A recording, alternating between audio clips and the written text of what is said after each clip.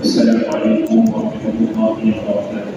الله أكبر الله أكبر لا إله إلا الله الله أكبر الله أكبر لا إله إلا الله.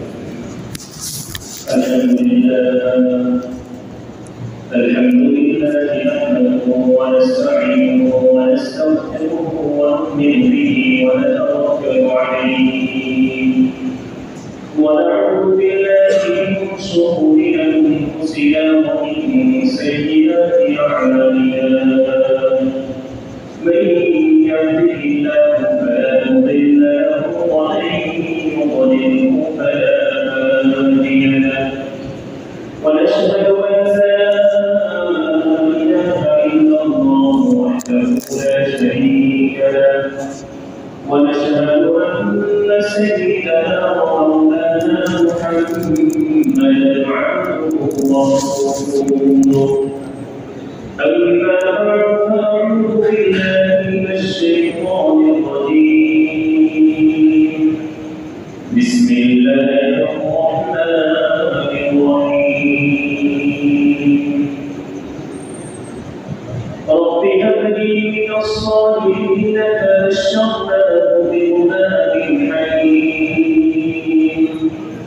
فلما بلغ معه السعي قال يا بني إني أرى في المنام أني أذبحك فانظر ماذا ترى. قال يا أبت افعل ما تؤمر ستجدني إن شاء الله من الصابرين. فلما أسلما وتله للجبين وناديناه أن يا إبراهيم قد صدقت الرؤيا إنا كذلك نجزي المحسنين. إن هذا لهو البلاء المبين وفديناه بذبح عظيم. صدق الله مولانا العظيم وصدق رسوله النبي الكريم. ونحن على ذلك لمن الشاهدين والشاكرين والذاكرين والحمد لله رب العالمين. سبحانك لا علم لنا إلا ما علمتنا إنك أنت العليم الحكيم. سبحانك لا علم لنا إلا ما علمتنا إنك أنت العليم الحكيم. سبحانك لا علم لنا إلا ما علمتنا إنك أنت العليم الحكيم. رب زدني علما رب اشرح لي صدري ويسر لي أمري واحلل عقدة من لساني يفقهوا قولي. وبك نستعين يا مستعان. كونيك مختار خداة رزقنا يا كونيك مختار خداة رزقنا يا أمتك لربان خداة ربنا يا أمتك لربان خداة ربنا يا رب मेरा खूब समा जाए मदीना. या रब मेरा खूब समा जाए मदीना. मुद्दत से मेरे दिल में तमन्ना है मदीना. मुद्दत से मेरे दिल में तमन्ना है मदीना. मजबूर हूँ ऐ सैयद आलम. मजबूर हूँ ऐ सैयद आलम. दीदारे तो तेरी आवाज़ सुना दो. ऐ बहर करम صدق حسين بن علي البحر صدق حسين بن علي पिया मुझे शरबत दीदार पिला दो पिया मुझे शरबत दीदार पिला दो आजिज़ हूँ नंगार हुए खालिक अकबर आजिज़ हूँ नंगार हुए खालिक अकबर दीन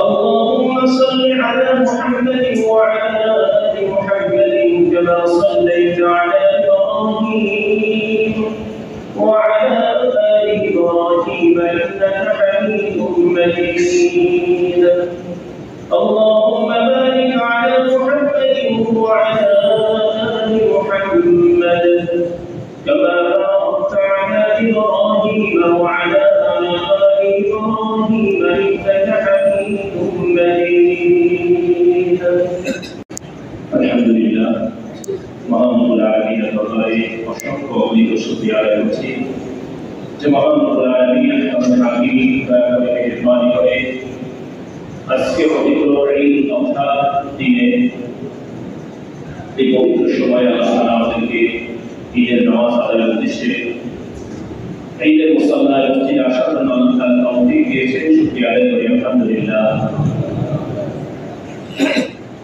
মুমিনের জীবনে আল্লাহ তাআলা যেমন আল্লাহ তাআলা দাসত্বের নির্দেশনা আল্লাহ দিয়েছেন আমাদের জন্য ইসলামের শরীয়তের গণ্ডির মধ্যে থেকে আল্লাহ তাআলা আনন্দ করা উৎসব করা ও বিভিন্ন সুযোগ সুবিধা আল্লাহ দিয়েছেন মুমিন মানুষ শুধু এটাই নয় যে শুধু কান্নাকাটি করবে আল্লাহ যে সবসময় শুধু পেশানের মধ্যে থাকবে এটাই নয় বরং আল্লাহ মুমিনদেরকে যেমন আল্লাহর কাছে কান্নাকাটির জন্য বলেছেন আবার আনন্দ হাসি খুশি সব কিছুই আল্লাহ ইসলামের মধ্যে দিয়েছেন রাসূলুল্লাহ সাল্লাল্লাহু আলাইহি ওয়াসাল্লাম মদিনায় আগমন করার পরে দেখলেন যে মদিনার যারা অবস্থিত ছিল ইহুদি খ্রিস্টানরা ছিল তারা কিছু উৎসব পালন করে বিশেষভাবে তারা বছরের দুটো উৎসব পালন করে তাদের মতো করে বিভিন্ন শিরিক কর্মকাণ্ড বিভিন্ন অইসলামিক কর্মকাণ্ড সেগুলো করতে চলত রাসূলুল্লাহ সাল্লাল্লাহু আলাইহি ওয়াসাল্লাম আল্লাহ তাআলা জানাইলেন আল্লাহ সাহাবীদেরকে বললেন আল্লাহ রাসূল সাহাবীদেরকে বললেন যে আল্লাহ তোমাদেরকে এই দুই দিনের পরিবর্তে দুটো ঈদের উৎসব আল্লাহ আমাদের জন্য নির্ধারণ করেছেন একটা ঈদুল ফিতর আর একটা ঈদুল আযহা ঈদুল ফিতর এক মাস যখন একজন মুমিন সিয়াম সাধনা করে এই যে আল্লাহ তাআলা যখন কোরবানি করলো একটা মাস লাগাতার সিয়াম সাধনা করে এরপরে আল্লাহ তাআলা এর শুকরিয়া স্বরূপ আমাদের জন্য আল্লাহ ঈদুল ফিতরের ব্যবস্থা করেন আর জিলহজের প্রথম দশকে বিভিন্ন ধরনের ইবাদতের মাধ্যমে আমরা আল্লাহর নিকট অর্জনের চেষ্টা করি বিশেষ করে হজ্জ বাইতুল্লাহ আল্লাহ তাদেরকে তৌফিক দেন তারা হজের এই মৌসুমে অনেক ত্যাগ এবং কোরবানি আল্লাহর জন্য পেশ করে এরপরে আল্লাহ তাআলা আমাদের জন্য ব্যবস্থা করলেন ঈদুল আযহা ইমানদারের একটা মুমিনের একটা পরিচয় আল্লাহ রাসূল এভাবে দিয়েছেন ইয়া সাল্লাল্লাহু হাসানাতুকা ওয়া ইয়া সালাতুকা সাইয়্যাতুকা ফাআনতা মুমিন কোনো ভালো কাজ করার পরে যদি তোমার কি আনন্দ বোধ করো ভালো লাগে স্বাচ্ছন্দ্য বোধ করো তাহলে বোঝা যাবে তুমি মুমিন আবার খারাপ কাজ অন্যায় হয়ে গেছে ভুল হয়ে গেছে এরপরে দিন ব্যতীত হয় অন্তরে কষ্ট লাগে আল্লাহর জন্য আল্লাহ নাফরমানি করলাম এবং ভিতরের মধ্যে ব্যথা লাগে এটাও হচ্ছে মুমিনের পরিচয় তো স্বাভাবিকভাবেই মুমিন আল্লাহ ইবাদত করে এরপরে আনন্দ প্রকাশ করবে আল্লাহ বিধানের মধ্যে এটাই একজন মুমিনের একটা পরিচয় তো সেজন্যই আল্লাহ তাআলা আমাদেরকে ঈদুল আযহা দিয়েছেন কোরবানি যে ঈদ এই কোরবানি এই দিনের সবচেয়ে গুরুত্বপূর্ণ আমল আজকের দিনের সবচেয়ে গুরুত্বপূর্ণ আমল হলো ইকরাতুদ দাম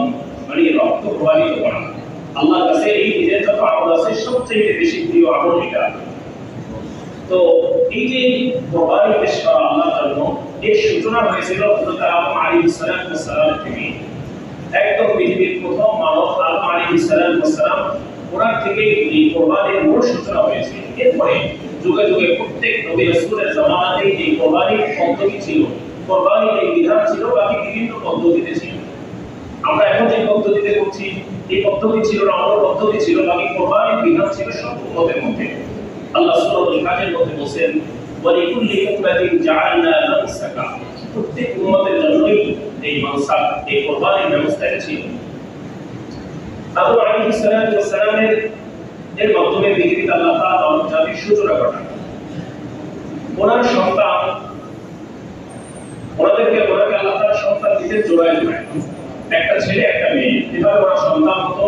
এখন যেহেতু ওই সময় যারা পৃথিবীতে ছিল সবাই ওনার সন্তান, আর ভাই বোনের মধ্যে সাধারণত বিয়ে বন্ধন, এই বিবাহের বন্ধন একটা নিষিদ্ধ ছিল, এটা সেখান থেকে নিষিদ্ধ, এখনো নিষিদ্ধ।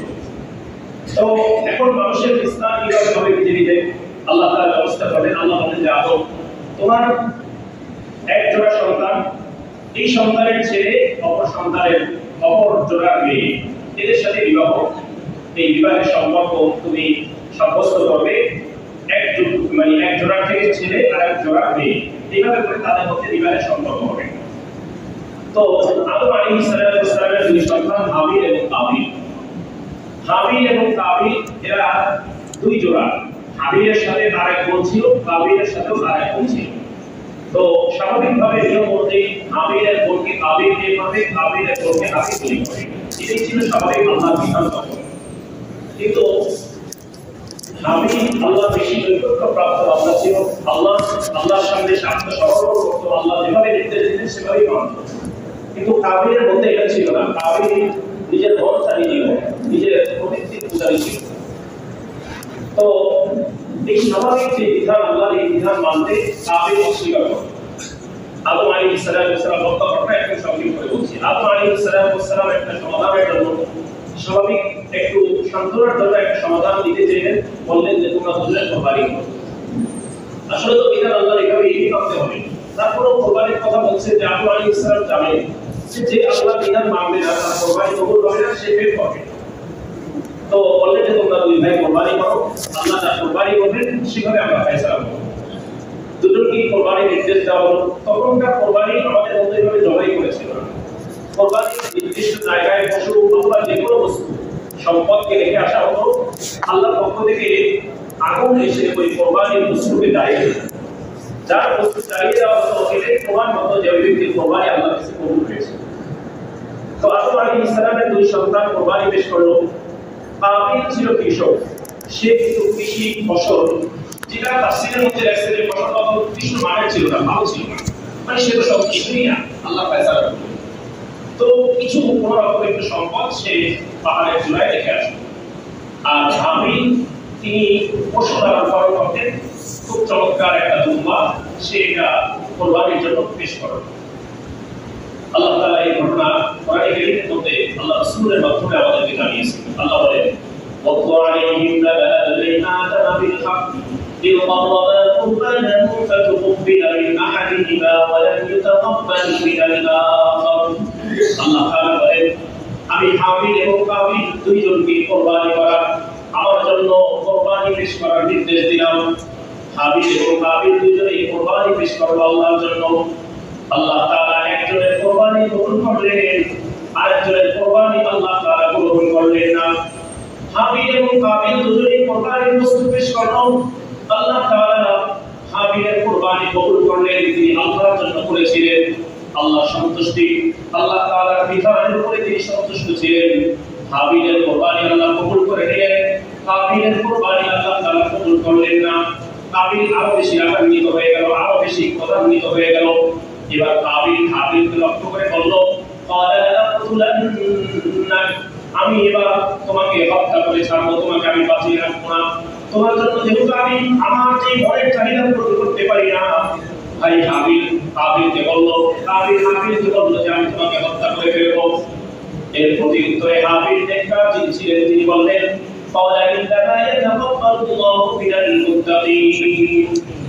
হাবিল বলল ভাই আমার, আমাকে হত্যা করে লাভ নেই, আমাকে মেরে ফেলে কোনো লাভ নেই, বরং আল্লাহ তাআলা আল্লাহর প্রিয় বান্দা যারা মুত্তাকি, যারা আল্লাহর পরিশুদ্ধ প্রাপ্ত বান্দা, আল্লাহ তাআলা তাদের পক্ষ থেকে তাদের কাছ থেকে আল্লাহ কুরবানিকে গ্রহণ করেন, আরোকে গ্রহণ করেন। এরপরে হাবিল এবং কাবিল দুজনেই কুরবানি পেশ করলো। কুরবানি যখন কবুল হলো না, লাইন কাসাবতা ইলাইয়া ইয়াদাকা লিতাকুতুলানি মা আনা বিবাসিতি ইয়াদিয়া ইলাইকা লিয়াকুতুলাক। হাবিল বলল, ভাই কাবিল আমার, তুমি যদি আমার দিকে আমাকে হত্যা করার জন্য হাত সম্প্রসারিত করো, শুনে রাখো আমি হাবিল তোমার দিকে হাত বাড়াবো তোমাকে হত্যা করার জন্য। তুমি আমার উপরে জুলুম করতে পারো, কিন্তু আমি তোমার প্রতি জুলুম করব না। আমি ন্যায়ের উপরে থাকবো, আমি আল্লাহ বিধানের উপরে সন্তুষ্ট। আল্লাহ তাআলা মুত্তাকিদের থেকে কুরবানিকে কবুল করেন, আমলকে কবুল করেন। তো দুজনেই কুরবানি পেশ করলো। আল্লাহ তাআলা দুজনের কুরবানির মধ্য থেকে হাবিলের কুরবানি আগুন এসে জ্বালিয়ে দিল। এবার হাবিল এবং কাবিল, আমি একটি মূলনীতি শিখেছিলাম সহজে মনে রাখার জন্য, যে হত্যাকারীকে, জালেমকে আরবিতে হত্যাকারী এর আরবি শব্দ হলো কাতিল। কি শব্দ? কাতিল। কাতিল মানে হত্যাকারী। কাতিলের শুরু শব্দ হলো কফ। আর হাবিল এবং কাবিল এই দুজনের নামের, কাবিলের নামের শুরু অক্ষর কফ। তো এই দুটো দিয়ে মনে রাখবেন যে কাবিল হলো হত্যাকারী, কাতিল মানে কাবিল তিনি ছিলেন জালেম, তিনি ছিলেন হত্যাকারী, আর হাবিল তিনি ছিলেন নেককার। তো এইভাবে এই দুজনের কুরবানি ফয়সালা হয়ে গেল। এখানে আল্লাহ তাআলা যে শিক্ষা আমাদেরকে মৌলিকভাবে দিলেন, হাবিল কাবিলকে লক্ষ্য করে বলেছিল, ইন্নামা ইয়াতাকাব্বালুল্লাহু মিনাল মুত্তাকিন, আল্লাহ মুত্তাকিদের থেকে, আল্লাহর প্রিয় বান্দাদের থেকে কুরবানি কবুল করেন। তাই আমরাও যে কুরবানি করব, কুরবানি কার থেকে আল্লাহ কবুল করবেন? মুত্তাকিদের থেকে। যে একমাত্র একনিষ্ঠভাবে আল্লাহর জন্য জবাই করবে, আল্লাহর জন্যই এই কুরবানির পশুকে পেশ করতে পারবে, আল্লাহ তার থেকে এই কুরবানি কবুল করবে। এই হলো কুরবানির একদম সূচনা। এরপরে হযরত ইব্রাহিম আলাইহিস সালাম ওনার মাধ্যমে আল্লাহ তাআলা আমাদের যে পদ্ধতি, আমরা যে পদ্ধতিতে কুরবানি করি, এই কুরবানির সূচনা হয়েছিল ইব্রাহিম আলাইহিস সালাম এবং ইসমাঈল আলাইহিস সালামের মাধ্যমে। ইব্রাহিম আলাইহিস সালামের কুরবানি, ওনার যে ত্যাগ, ওনার উপরে যে যত পরীক্ষা, এটা নিয়ে আমরা গত কয়েকদিন আলোচনা করেছিলাম। ওনার থেকে আল্লাহ তাআলা কত বেশি পরীক্ষা নিয়েছেন, এবং সমস্ত পরীক্ষায় ইব্রাহিম আলাইহিস সালাম 100তে 100 নম্বর পেয়ে পাস করেছেন। এই পরীক্ষাগুলোর মধ্যে একটা বড় পরীক্ষা ছিল এই কুরবানির পরীক্ষা। আল্লাহ তাআলা অনেক বৃদ্ধ বয়সী, তাফসীরের আলোচনা থেকে বোঝা যায় 80 উপরে বয়স ছিল ইব্রাহিম আলাইহিস সালামের। কেউ বলছেন 85, কেউ 90 প্লাস বলেছেন। এই বৃদ্ধ বয়সে আল্লাহর কাছে বারবার সন্তান চাইছেন। ইব্রাহিম আলাইহিস সালামের কোনো সন্তান নেই। এই আল্লাহর কাছে বারবার দোয়া করেন, রব্বি হাবলি মিনাস সালিহিন, আল্লাহ আমাকে আপনি নেককার সন্তান দান করেন। যাদের সন্তান হয় না, এই দোয়া বেশি বেশি পড়া। তো রব্বি হাবলি মিনাস সালিহিন, আল্লাহ আমাকে নেককার সন্তান দান করেন, আল্লাহর কাছে চাইতে লাগেন। ইব্রাহিম আলাইহিস সালাম আল্লাহ খলিল, আল্লাহর প্রিয় বন্ধু, চাইতে চাইতে আল্লাহ তাআলা তার দোয়া কবুল করে ফেললেন। আল্লাহ তাআলা বলেন, ফাবাশশারনাহু বিগুলামিন হালিম, আমি ইব্রাহিমকে একটা সন্তানের সুসন্তান, আদর্শ সন্তান, সহনশীল একটা সন্তানের সুসন্তান দিলেন, সাধারণ সন্তান নয়। ইব্রাহিম আলাইহিস সালামের সন্তান হলো। এরপরে তাকে মক্কার সেই জনমানব এলাকায় রেখে আসলেন। এই ঘটনা আমরা আলোচনা করেছি। এই এক পরীক্ষা বড় চলতে লাগলো। একজন শিশু মাত্র মায়ের পরে, তখন মা এবং সন্তানকে পরীক্ষা আল্লাহ নিলেন যে তাদেরকে রেখে আসে সেখানে একা। এরপরে যখন সন্তান একটু বড় হলো, আল্লাহ বলেন, ফালাম্মা বালাগা মা'আহু সা'য়া, যখন সন্তান চলাফেরা করা, বাবার সাথে হাঁটতে পারে, চলতে পারে, এরকম উপযুক্ত হলো। বয়সটা কেমন ছিল? তাফসীরে বিভিন্ন রকমের মতামত রয়েছে। কেউ বলছে 12 কি 13 14 বছর সর্বোচ্চ বলেছে। এই 12-13 বছরের একটা বাচ্চা ইসমাঈল আলাইহিস সালাম, এই বয়সে যখন উপনীত হলেন, আল্লাহ তাআলা ইব্রাহিম আলাইহিস সালামকে স্বপ্ন দেখালেন। এখন কোরআনে কারিমে এই ঘটনা কিভাবে আল্লাহ বর্ণনা দিয়েছেন। আল্লাহ ইব্রাহিম আলাইহিস সালামকে স্বপ্ন দেখালেন যে ইব্রাহিম, আল্লাহ নির্দেশ দেন, স্বপ্ন দেখলেন ইব্রাহিম আলাইহিস সালাম যে তিনি স্বপ্নের মধ্যে তার সন্তান ইসমাঈলকে জবাই করতেছেন, কুরবানি করতেছেন। স্বপ্ন, নবীরা যখন স্বপ্ন দেখেন, আমাদের সাধারণ মানুষের স্বপ্ন হয় তিন প্রকার। কেউ স্বপ্ন, কোন স্বপ্ন আল্লাহর পক্ষ থেকে বান্দাকে বিভিন্ন নির্দেশনা দেওয়া হয়, কোন সুসংবাদ অথবা কোনোভাবে সতর্ক করা হয়। আর কিছু স্বপ্ন আছে যেটা শয়তানের পক্ষ থেকে দেখানো হয়, মানুষকে বিভিন্ন প্রেশারি দেওয়া হয়, বিভিন্ন ভয় ভীতি দেখানো হয়। আর কিছু স্বপ্ন আছে যেটাকে ইসলামে বলে, অর্থাৎ মানুষ প্রতিনিয়ত সামনে যা দেখে, যা চিন্তা করে, যা ফিকির করে, যা ভাবে, তার চোখের সামনে যা ঘটে, এগুলো সে স্বপ্নের মধ্যে আওয়াজ। এই তিন প্রকারের স্বপ্ন হয় সাধারণ মানুষের স্বপ্ন। কিন্তু আম্বিয়া কিরাম আলাইহিস সালাম, নবীগণ, রাসূলগণ, এরা যে স্বপ্ন দেখে এদের স্বপ্ন ওহী হয়। আল্লাহ তাআলা স্বপ্নের মাধ্যমে ওহীর মাধ্যমে স্বপ্নে অনেক নির্দেশ তাদেরকে দিয়ে থাকে। তো ইব্রাহিম আলাইহিস সালাম যখন স্বপ্ন দেখলেন যে সন্তানকে জবাই করতেছে, তিনি বুঝে নিলেন যে এটা আল্লাহ পাকের নির্দেশ, আল্লাহ তাআলা এটা আমার থেকে চান। তো তাফসীরের মধ্যে আসছে এই স্বপ্নটা পরপর 3 দিন তিনি দেখেছেন। এবার এই কাজ যেহেতু আল্লাহর পক্ষ থেকে ওহী, তো এটা আমাকে পালন করতে হবে।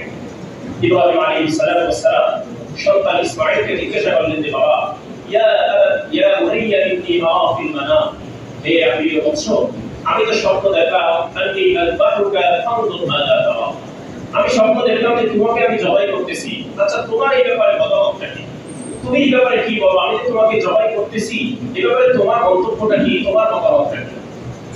একবার পরে ইব্রাহিম আলাইহিস সালামকে আল্লাহ চাইলে তো সরাসরি নির্দেশ দিতে পারতেন, কিন্তু নির্দেশ সরাসরি না দিয়ে, সরাসরি ওহী প্রেরণ না করে স্বপ্ন দেখাইলেন যে সন্তানকে জবাই করতেছেন। এটা কেন দেখাইলেন?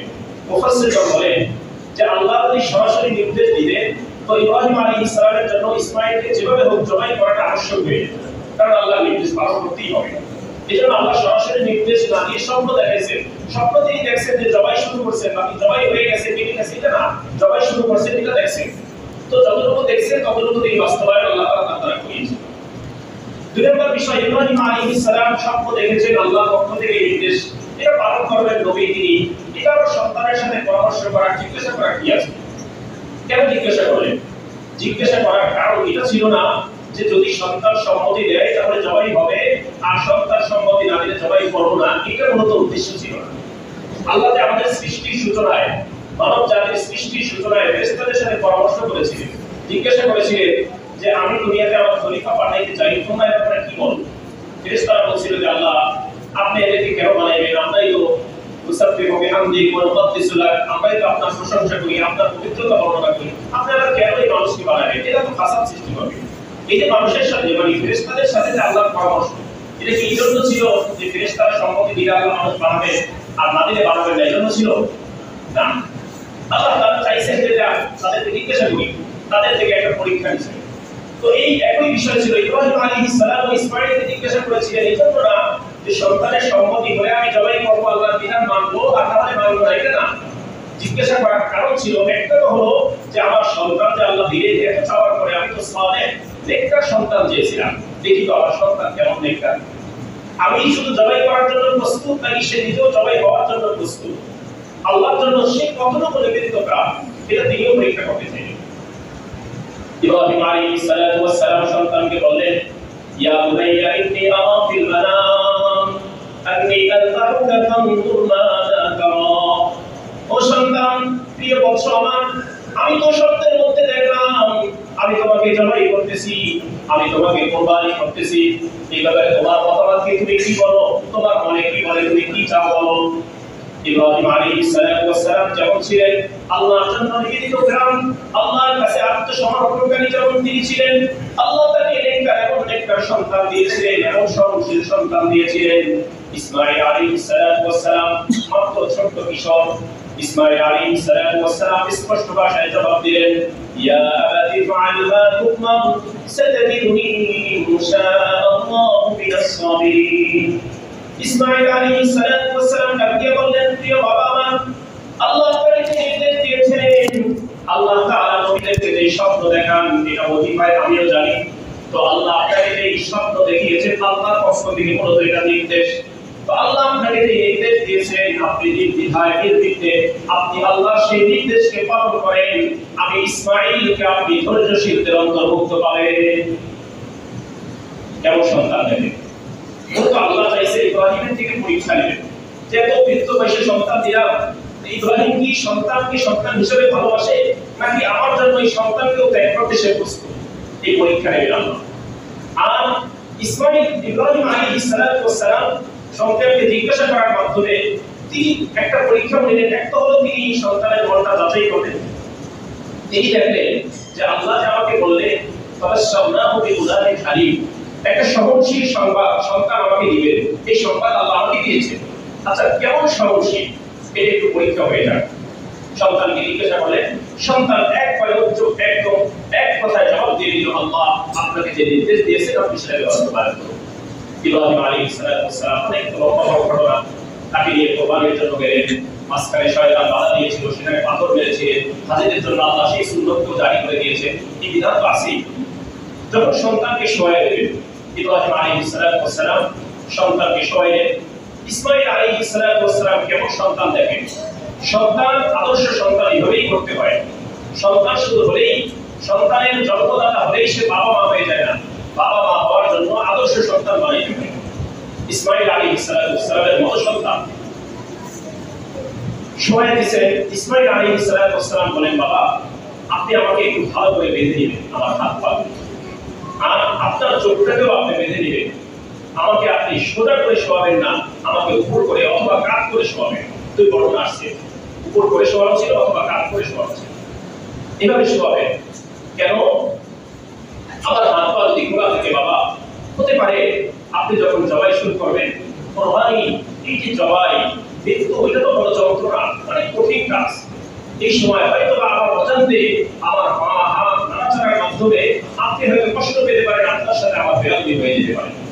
আপনি আমার হাত পাকে ভালো করে বেঁধে দিবেন, আপনার চোখকে বেঁধে দিবেন, কারণ আপনার চোখ যদি আমার চোখে পড়ে, আমার চোখ যদি আপনার চোখে পড়ে, বাবা এবং সন্তান একজনের চোখ আরেকজনের চোখে যদি পড়ে যায়, হতে পারে মায়া লেগে যাবে, ভালোবাসা জন্ম নেবে, ভালোবাসা বেড়ে যাবে। তখন আল্লাহ বিধান পালনের মাঝখানে কোনো বিঘ্নতা তৈরি হবে, আল্লাহ বিধান আপনি সুন্দর করে পালন করতে পারবেন না।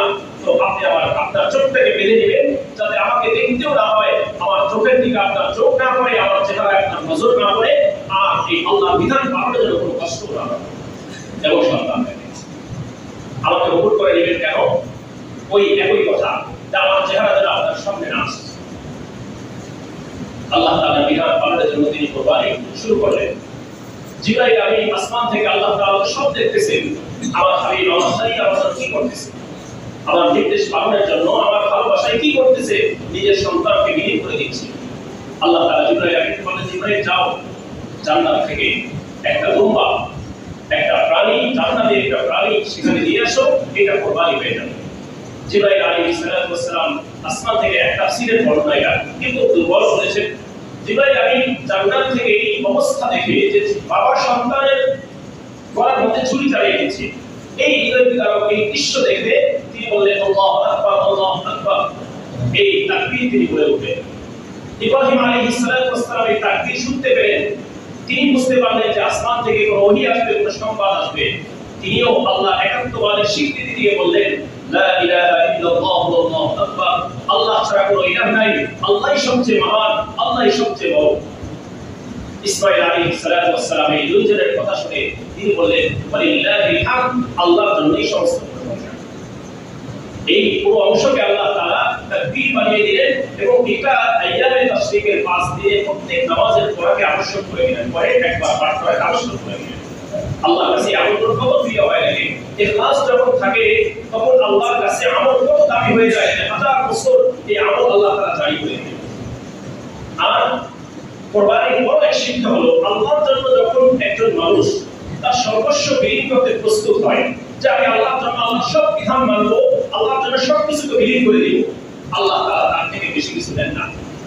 আল্লাহ শুধু ওই পরীক্ষা করবো, ওই মনটুকু এই চান আল্লাহ তাআলা, যে আপনার জন্য সব বিলীন করতে প্রস্তুত হোক, এটাই আল্লাহ চান। ইব্রাহিম থেকে আল্লাহ তাআলা সন্তান ইসমাঈলকে দেন নাই, ইসমাঈলের থেকেও নিজের জীবন দেন নাই আল্লাহ তাআলা, কিন্তু পরীক্ষা নিয়েছে। তো সবকিছু বিলীন করতে চাইলে, আল্লাহকে দিতে চাইলে আল্লাহ তাআলা সব আবার বান্দাকে দিয়ে দেন। কোরবানি আপনি করেন আল্লাহর জন্য, রক্ত পড়ে থাকে জমিনের মধ্যে, গোশতটা বাসায় নিয়ে যাই আমরা, কি হয় তার অর্থটা কি? অর্থটা হলো আমি কেন করলাম, কার জন্য করলাম, ওই ইখলাসটুকু, ওই তাকওয়াটুকু আল্লাহ তাআলা দিবেন। লা ইয়ানালাল্লাহু লুহুমুহা ওয়ালা দিমাউহা ওয়ালাকিন ইয়ানালুহু তাকওয়া মিনকুম, আল্লাহ তাআলা তোমাদের থেকে রক্ত নেন না, তোমাদের থেকে মাংস নেন না, আল্লাহ তাআলা তোমাদের থেকে শুধু তাকওয়া চান, তোমাদের দিনের অবস্থাটা চান। তোমরা যেন এক আল্লাহর জন্য, একমাত্র আল্লাহর সন্তুষ্টি অর্জনের জন্যই যেন পশুর গলায় ছুরি চালিয়ে দাও, এই ত্যাগটুকু, এই কোরবানিটুকু, এই আল্লাহর জন্য ইখলাসটুকুই আল্লাহ তাআলা চান। তাহলে আল্লাহ কিন্তু আমার থেকে কিছুই নেন না, আল্লাহ সবকিছু আমাকেই দিয়ে দেন, বরং শুধু দিয়ে দেন না, এই কোরবানির গোশত দিয়ে আল্লাহ আমাকে মেহমানদারি করান। আল্লাহর পক্ষ থেকে এটা মেহমানদারি, কোরবানির গোশত দিয়ে খাবো। সাধারণ গোশত প্রতিদিনই খাই, কিন্তু আজকের গোশতটা আপনি ওইভাবে খাবেন না, একটা ভিন্ন রকমের আনন্দ নিয়ে, আবেগ নিয়ে, যেটা আল্লাহর পক্ষ থেকে আমাকে মেহমানদের জন্য দেওয়া হয়েছে।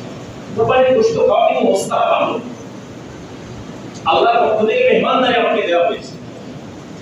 তো এই কোরবানির বিধান আল্লাহ তাআলা সেখান থেকে জারি হলো কোরবানির সিলসিলা। আল্লাহ তাআলা সেই পশু কোরবানির মাধ্যমে সরকার কোরবানি করবে, পশু কোরবানির ব্যবস্থা করলেন। মুফাসসিরগণ বলেন এই দুম্বা বা এই যে পশু যেটা ইব্রাহিম আলাইহিস সালামের সামনে দেওয়া হয়েছিল, এটা ছিল ওই কোরবানির পশু যেটা হাবিল পেশ করেছিল এবং যে কোরবানি আগুন জ্বালিয়ে দিয়েছিল, আল্লাহ সেটাকে সংরক্ষণ করে জান্নাতে রেখেছেন। সেটা আবার আল্লাহ তাআলা ইব্রাহিম আলাইহিস সালামের সামনে ইসমাঈলের পরিবর্তে পেশ করেছেন। তো এই কোরবানির বিধান সেখান থেকে জারি হয়েছে। আমরা আজকে আল্লাহর জন্য কোরবানি করব। এক নম্বরে আমাদের সবচেয়ে একদম ভিতর থেকে দিল থেকে বারবার নিজেকে যাচাই করব, কোরবানি জবাইয়ের আগ মুহূর্তেও আমি একনিষ্ঠভাবে আল্লাহর দিকে মুতাওয়াজ্জহ হব যে আমি আল্লাহর জন্যই করছি, আল্লাহর জন্যই আমি জবাই করতেছি, আমি কোরবানি পেশ করতেছি। আল্লাহ যদি এর চেয়েও বড় কিছু হয়েছে, এই তো বড় কিছু আমার কাছ থেকে চান, তো আমি আল্লাহকে সেটা দেওয়ার জন্য প্রস্তুত থাকবো। আমার নিজের জীবন যদি আল্লাহ চান, আমি আল্লাহর দিনের জন্য নিজের জীবন দিতেও প্রস্তুত থাকবো। এরপরে কোরবানি জবাই করার ক্ষেত্রে আমরা খেয়াল রাখবো যে পশু যে জবাই করবো আমাদের ছুরিটা যেন ভালো কাটানো হয়। পশু জবাই করার ক্ষেত্রে তাদের প্রতি যেন ইহসান হয়। আল্লাহ রাসূল বলেছেন আহসিনুল বিলাহা, তোমরা এই পশু প্রাণী যারা যেগুলো জবাই করবে এর সাথে উত্তম আচরণ করো, ইহসান করো, তাদের সাথে যেন কোনো ধরনের কষ্টের আচরণ না হয়, সেটা কষ্ট না হয়। এরপরে জবাইয়ের পরে এই যে পশু জবাই করবো, জবাইয়ের পরে একটা গুরুত্বপূর্ণ মাসআলা আমাদেরকে মনে রাখতে হবে। জবাইয়ের বিনিময় হিসাবে জবাই করা অথবা যাদেরকে দিয়ে আপনি কষাই যাদেরকে রাখছেন যাদেরকে দিয়ে কাজ করাবেন, কোরবানির পশুর পুরো অংশটা এটা যে কোরবানি দাতা তিনি পুরোটা চাইলে এটা তার পুরোটা তার হক। এখানে এটাকে তিনি তিন ভাগ করে আত্মীয় স্বজনকে দিবেন, গরিবকে দিবেন, এরপরে নিজে খাবেন। বাকি হলো কোরবানির পুরো অংশ, শুধুমাত্র গোশত না, চামড়া বলেন, মাথা বলেন, যাই বলেন, পুরো অংশই বিক্রি করা যাবে না এবং এটা কোনো কিছুর বিনিময় হিসাবে দেওয়া যাবে না। বিনিময় হিসাবে দেওয়াও নিষেধ, আবার বিক্রি করাও নিষেধ। সুতরাং আপনি যদি চান যে কোরবানির চামড়া আপনি ব্যবহার করবেন, আপনি নিজে ব্যবহার করবেন, প্রসেস করে অন্য কোনো কাজে আপনি লাগাবেন, এটা আপনি ব্যক্তিগত ব্যবহার করতে পারেন। কিন্তু যখনই আপনি এটা বিক্রি করবেন, বিক্রি করতে যাবেন, এই শরীয়ত নিষেধ করে বিক্রি করা যাবে না। বিক্রি করতে যদি করেও ফেলে কেউ, তাহলে এর পুরো অংশটা সৎকার করে দিতে হবে, পুরো টাকাটা সৎকার করে দিতে হবে। তো কোরবানির পুরো অংশ দিয়ে পরে যারা কষাই থাকে তাদের সাথে আমাদের স্পষ্ট কথা এটা থাকবে আপনাদের আমাদের যে আমরা তোমাদের সাথে টাকায় চুক্তি হবে, এত টাকা তুমি কাজ করবা, বাকি তোমাকে গোশত দেব, এত টাকা দেব, 2 কেজি গোশত দেব, এরকম কোনো চুক্তি হয় কিন্তু ঝামেলা হয়ে গেল। কোরবানিতে গোশত দেওয়ার কোনো চুক্তি হতে পারবে না, গোশত আপনি তাকে দিতে পারবেন না। হ্যাঁ, কোনো চুক্তি নাই, এমনি আপনি পরবর্তীতে খুশি হয়ে অন্যদেরকেও দিচ্ছেন, টাকাও একটু দিবেন, এটা দিতে পারেন, কিন্তু তার সাথে চুক্তি হতে পারবে না গোশত দেওয়ার কোনো চুক্তি। এমনকি বাসা বাড়িতে যারা কাজ করে এদেরকে যদি আপনি বিনিময় হিসাবে গোশত দেন, এটাও কিন্তু জায়েজ হবে না। ওই যতটুকু দিচ্ছে ততটুকু পরিমাণ মূল্য, এটার মূল্য আপনাকে সৎকার করে দিতে হবে। তাদেরকেও দিতে পারবেন হাদিয়া হিসেবে, শুধু স্বাভাবিক তাদেরকে পারিশ্রমিক দেওয়া এটা দিবেন শুধুমাত্র হাদিয়া হিসাবে, মানে কোনো পারিশ্রমিক হিসাবে এটা দেওয়া, এটার গোশত বা এটার চামড়া কোনো কিছু দেওয়া যাবে না। এবার যারা জবাই করে তাদেরকে আমরা এখানে একটা ভুল করি, যেটা মাদ্রাসার একটা ছাত্র কোরবানির পশু জবাই করছে, আমি চিন্তা করি যে ঠিক আছে জবাই যেহেতু করছে ওই চামড়াটা দিয়ে দিই, এটা মানে হারিয়ে দিলাম না, কিছুই দিলাম না, ওই চামড়া দিয়ে দিলাম। যদি চামড়াটা আপনি বিনিময় হিসাবে দেন তাহলে কিন্তু বড় মুসিবত হয়ে যাবে। চামড়া কিন্তু বিনিময় হিসাবে দেওয়া যাবে না, এজন্য তাকে আলাদা হারিয়ে দিবেন। 1 লাখ টাকা 2 লাখ টাকা দিয়ে আমি কোরবানি করতেছি, পশু জবাই করতেছি, আমি যদি 500 টাকা তাকে হারিয়ে দিই, 500 টাকা ভাগে কোরবানি হয়, 5 জনে যদি 500 টাকা যদি আপনি একজন ব্যক্তিকে হারিয়ে দেন জবাই করো, একজনের ভাগে কয়টা করে 100 টাকা, কয় টাকা? কিন্তু এই জায়গায় আমরা কি কথা বলি, এটা উচিত না। তো আপনি আলাদা তাকে হাতিয়ে দিবেন, আর যদি না দেন দিবেন না, কিন্তু চামড়াকে পারিশ্রমিক হিসেবে দেবেন না, চামড়া এমনিতেই মাদ্রাসায় দান করে দিবেন। আপনার দায়িত্ব ছিল চামড়া মাদ্রাসা বা গরিবদের পৌঁছে দেওয়া, এটা কোরবানি দাতার দায়িত্ব ছিল। যদি আমি ব্যবহার না করি এটা পৌঁছে দেবো, এটা দায়িত্ব ছিল। তো তারা এক্সট্রা করতেছে, তারা এসে আপনার কাছ থেকে নিয়ে যায়, এটা বড় শুকরিয়া বিষয়। যেজন্য এইভাবে করবো। এরপরে গোশত বর্তনের ক্ষেত্রে 3 ভাগ করার চেষ্টা করা, মানে আত্মীয় স্বজন প্রতিবেশী এদেরও হক আছে, এদের হকের প্রতি খেয়াল রাখা। 3 ভাগ করে 1 ভাগ আত্মীয় স্বজনকে দিব, আর প্রতিবেশী যারা আছে তাদেরকে দিব, গরিবদেরকে দিব। ছোট্ট মাসলা একটা বলে দিই, মানে হুজুরদেরকেও হাদিয়া দেওয়া যায়, হুজুরদেরকেও কি করা যায়, কোরবানির গোশত হাদিয়া দেওয়া যায়, এটা অনেকে জানে না। তো যাই হোক, এই কোরবানির পশুর গোশত আমরাও খাবো, আমাদের প্রতিবেশী আমাদের আত্মীয় স্বজন এদের হক আমরা আদায় করবো, এদের সাথেও এটা ভাগাভাগি করবো। এই কোরবানির একটা উদ্দেশ্য এটাও। সর্বোচ্চভাবে আমরা তাকওয়ার দিকে খেয়াল রাখবো। এরপরে পরিষ্কার পরিচ্ছন্নতার ব্যাপারে খেয়াল রাখবো। পরিষ্কার পরিচ্ছন্নতা সিটি কর্পোরেশন যেভাবে নির্দেশনা আমাদেরকে দিয়েছে, যেখানে ময়লা ফেলানোর নির্দিষ্ট জায়গা আছে সেখানেই ময়লা ফেলবো। বিভিন্ন জায়গায় রক্ত, ময়লা ইত্যাদি ফেলবো না আমরা। এটা আমাদের জন্যই অস্বাস্থ্যকর হবে, আমাদের জন্যই কষ্টের কারণ হবে, আমাদের জন্যই চলতে ফিরতে কষ্ট হবে। এজন্য এই বিষয়গুলো আমরা খেয়াল রাখবো ইনশাআল্লাহ। আমরা এখন আমাদের দাঁড়াবো ইনশাআল্লাহ। আমাদের নিয়মটা শুধু শুনি। আমরা যেহেতু বছরে দুইবার আসে কোরবানি এবং ঈদের নামাজ দুইবার হয়, এজন্য আমাদের অনেক সময় ভুল হয়। আমরা নামাজে দাঁড়াবো, প্রথমে স্বাভাবিক নিয়মে নামাজে দাঁড়াবো, তাকবীর বেড়ে হাত বেড়ে দাঁড়াবো। নিয়ত করবো এইভাবে যে আমি ঈদুল আযহার 2 রাকাত ওয়াজিব নামাজ অতিরিক্ত 6 তাকবীরের সাথে এইভাবে পিছনে কিংবা মুখে আদায় করতেছি। এটা দিনের মধ্যে নিয়ত থাকলেই যথেষ্ট। তো নিয়ত করে আমি প্রথমে হাত বেঁধে নামাজে দাঁড়াবো। দাঁড়ানোর পরে সানা কখন আমাদের মধ্যে যে সানা করি, সানা করার পরে অতিরিক্ত 3টা তাকবীর হবে। 2 তাকবীর আল্লাহু আকবার, হাত ছেড়ে দেব, আল্লাহু আকবার, হাত ছেড়ে দেব। তৃতীয় তাকবীরটা দিয়ে আমি হাত বেঁধে দেব। এই অতিরিক্ত 3 তাকবীর হলো প্রথম রাকাতে। এরপরে ইমাম সাহেব সানা পড়বেন, তেলাওয়াত করবে আপনার সূরা ফাতিহা ও সূরা, এরপর স্বাভাবিক নিয়মে এক রাকাত শেষ হবে। দ্বিতীয় রাকাতে উঠে আমরা প্রথমেই তেলাওয়াত করব। তেলাওয়াত করার পরে রুকুতে যাওয়ার পূর্বে অতিরিক্ত 3টা তাকবীর হবে। এই অতিরিক্ত 3 তাকবীর দিয়ে আমরা হাত ছেড়ে দেব, চতুর্থ তাকবীর দিয়ে আমরা রুকুতে যাব। এভাবে নামাজ শেষ হবে। আর নামাজের পরে অবশ্যই সবাইকে আমরা খুতবা শুনতে হবে, সবাই খুতবা শুনবো। খুতবা শুনে দোয়া করে এরপরে শুভেচ্ছা বিনিময় করা, এটাও কিন্তু ঈদের দিনের আমল। শুধু জমাই করে আমল না, এটাও আমল। এজন্য আমরা শুভেচ্ছা বিনিময় করবো, এরপর তারপর আমরা করবো না। আমরা সবাই থাকবো ইনশাআল্লাহ, দোয়া করে এরপরে আমরা যাবো ইনশাআল্লাহ। আল্লাহ তাআলা আমাদেরকে তৌফিক দান করুন।